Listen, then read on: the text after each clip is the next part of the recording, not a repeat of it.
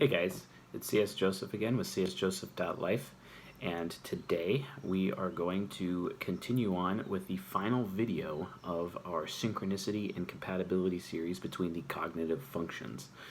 We just finished talking about the feeling functions, and today we're going to talk about the other judgment functions, the other decision-making functions other than feeling, also known as the thinking functions, which is logic and rationale. So let's do a deep dive. Got our target whiteboard recently erased and recently repenned for a new presentation. So anyway, logic and rationale.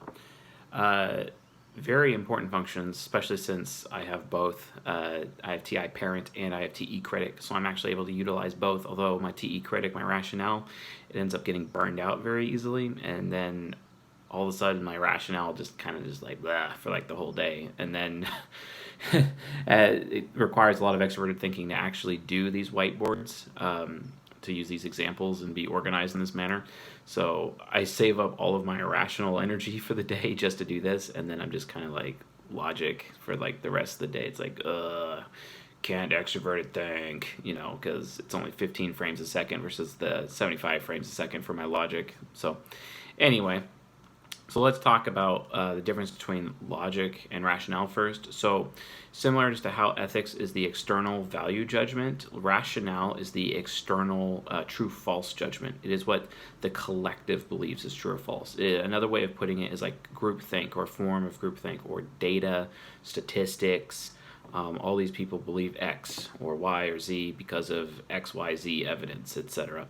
That is rationale. That's why INFPs, for example, or ISTJs are always like, cite your sources. I'm not going to believe you unless you can prove it to me with sources and evidence, etc. Instead of trying to arrive to the logical conclusion themselves, because to them it's not necessarily about what's true false.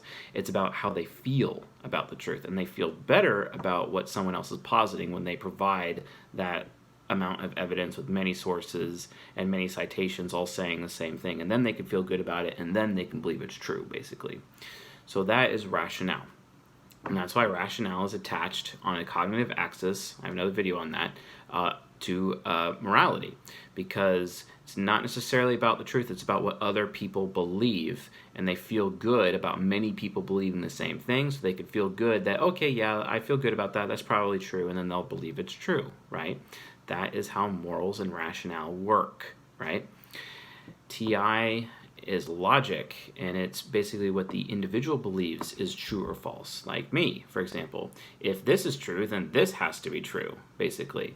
If this, then this, constantly. That's what logic is. That's what programming languages are based on.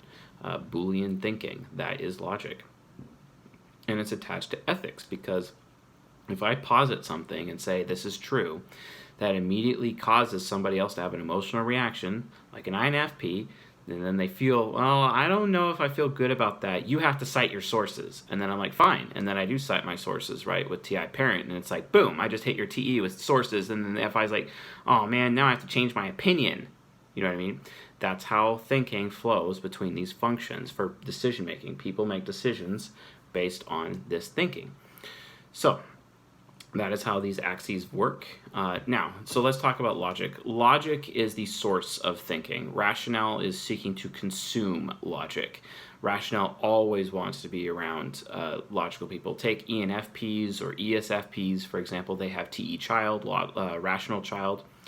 Alone by themselves, they don't feel very smart. But when you put them around smart people, they feel super intelligent and become brilliant. Kind of like how Tai Lopez has his library of books, and then because he's read all of them, he no longer feels stupid, and then he feels like he knows everything, basically, and then he ends up going into Mensa, for example, because he took the time to read. That's how you empower a TE. You fill it with citations and reference points like mad, and then you have a strong mastery over thinking because of you're filling yourself up with like nonfiction and whatnot. Like, I know people make arguments about fiction all the time, but let's be honest, you're better spending your time with nonfiction than fiction. So, wow, the allergies is just insane right now.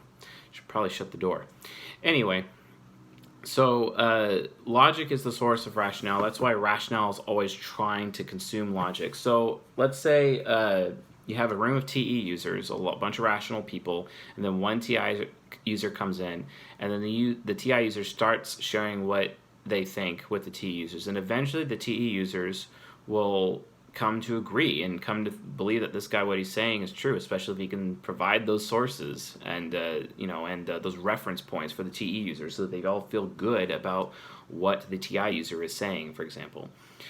TE users want to fill their lives with as many TI users as possible, because then they end up feeling smart. They actually become more intelligent, because TE is like a thought vampire, a thought manipulator. It can manipulate or steal or consume or eat or absorb the thoughts of other people. And the more smart people around they have, the more logic people they have around them, the TE user becomes super powerful and empowered and is able to wield thinking in a way that most people are not able to. And they're able to wield it in such a way where they can actually guide the thought processes of other people, including TI users. They can actually guide the thought processes of the logic people themselves. It's awesome. ENFPs and ESFPs do this all the time with TE child. That's what makes them amazing salespeople.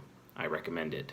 By the way, if you're like a ESFP or an ENFP and you're not into sales, I recommend it, because you could probably sell the gum off your shoe and people will pull out their wallets immediately. Because to you guys, it's all about belief. In the absence of communication or explanation, perceptions become reality. TE child is all about changing the perceptions and changing the brand, changing the beliefs of other people to cause people to believe in something new, right? Because of how you feel about those beliefs, those true false beliefs. Doesn't necessarily make it true, but if you have reference points and citations and it sounds true, it doesn't matter, because it's what people believe, right? That's what rational thinking is all about. On top of being like really good at financial management and understanding how numbers flow between processes and routine, and having buckets of thoughts instead of like imagine a mind, right? You have 10 tables and there is 10 thoughts in line at each table, and there's a man sitting at the table, right? And that man basically says that, okay, you're true, you're false, you're true, false, and then the lines get shorter and shorter until there's no more thoughts. And then the decision is majority rules. Okay, 60% said true, so we're going to believe it's true. That's rationale. Whereas logical mind is just one table, 100 thoughts in one line, and everyone's just going true, false, true, false, true, false, true, false. And then it's not majority rules, it's just, okay, well, what actually logically happened here? If this, then this, if this, then this, if, and then all of a sudden they realize, okay, this is true. Because the personal true, false just is what the individual believes is true or false. It is not about what everyone collectively believes is true or false, right? So based on that, that's why rationale needs to consume logic. So I brought two examples similar to our last video, because a lot of people struggle with thinking and feeling when it comes to the MBTI, because the letters don't do them justice. Everyone wants to use the MBTI letters all day to try to explain these things, when, it's like, oh, I'm an INFJ, so I'm a feeler. Actually, you're more like a thinker, because you have TI child, actually. Because FE is not a source of feeling. It's consuming feelings and ethics and ethical standards, other moral standards of other people. They're not producing their own moral standard. It's actually about what the INFJ thinks. So you could actually argue that the INFJ is more of a thinker than they are a feeler, and yet the letters have an F for them. Yeah, no. That's why the MBTI is like horribly flawed. Sorry, not going to work. So INFJs have TI child, right? So they want to be paired up with people, who are rational, and usually that would be NFPs, ENFPs, INFPs, because their TE child or TE inferior can lock onto that TI child and consume it, So, but I have a INTP, ENTJ example here. TI hero, TE hero. TE hero is trying to chase the TI hero, because it's right across, it's right there, it's able to eat it. Tasty TI. Ooh, you're very smart. Make me smarter, that's kind of how the ENTJ is the INTP. They meet the INTP, and then it's like, wow, I could use this INTP and create amazing content and start a company over it, for example. That's what ENTJs do with TI users. Or they want to have a relationship with them, and the TE user could always be like, hey, what do you think about this? And the TI hero can always explain, and that way the ENTJ is always comfortable with that person, because they never feel stupid anymore, because they have this source of thinking, lightning, amazing TI hero thinking available at their palms. At the palm of their hands. There's no problem, Or ESTP, ESTJ relationships are like super high compatible as well. Because you have TI parent and TE heroes trying to consume the TI parent. TE Hero is totally cool with TI parent because the parent can still challenge the TE Hero and the TE Hero will listen to the parent, right? Well, that's because, you know, the hero's flying around saving the world, but then there's collateral damage when the TE Hero's flying around saving the world, and the TI parent's like, hold on, you're hurting the children, so you need to calm down. And then the hero knows how to calm down, and the parent's like, oh, hey, you know, see, I told you so. And then the hero's like, oh, yeah, sure. So TE Hero is cool with going after TI parent. But again, these people are able to be in a relationship, high compatibility relationship, because the ESTP is able to provide the thinking for the ESTJ. So the ESTJ ends up feeling comfortable, and the ESTP is always sharing what they want with the ESTJ, and the ESTP is making the ESTJ feel good, etc. But predominantly for the sake of this discussion, it is about logic, and the ESTJ feels good about always going to the EST being like, oh, what do you think about this, right? And it creates a lot of synchronous compatibility.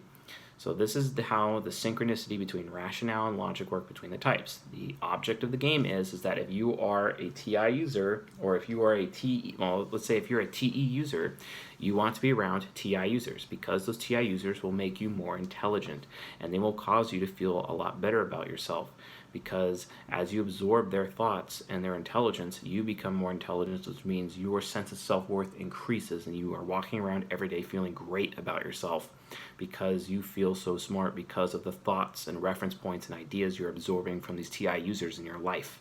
That's how it works. So, that's enough on the thinking functions. If you found this video to be helpful or educational or enlightening, please leave a like or subscribe to the channel and support the channel.